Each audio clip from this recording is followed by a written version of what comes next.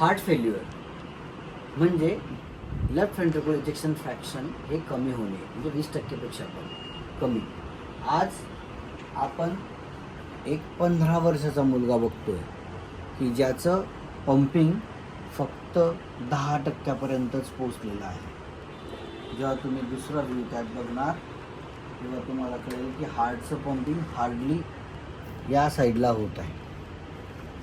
म्हणजेच की हा पेशंट हार्ट फेल्युअरमध्ये लँडअप होतो. याच्या ट्रीटमेंटसाठी बराचसा खर्च येतो, पण पैशाअभावी याची ट्रीटमेंट होऊ शकत नाही.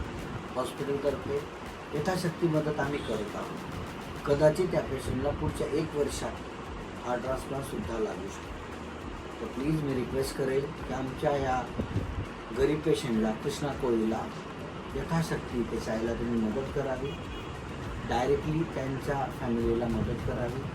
ते लोक नक्कीच तुमच्या कॉन्टॅक्टमध्ये येतील. प्लीज त्यांना हेल्प करा.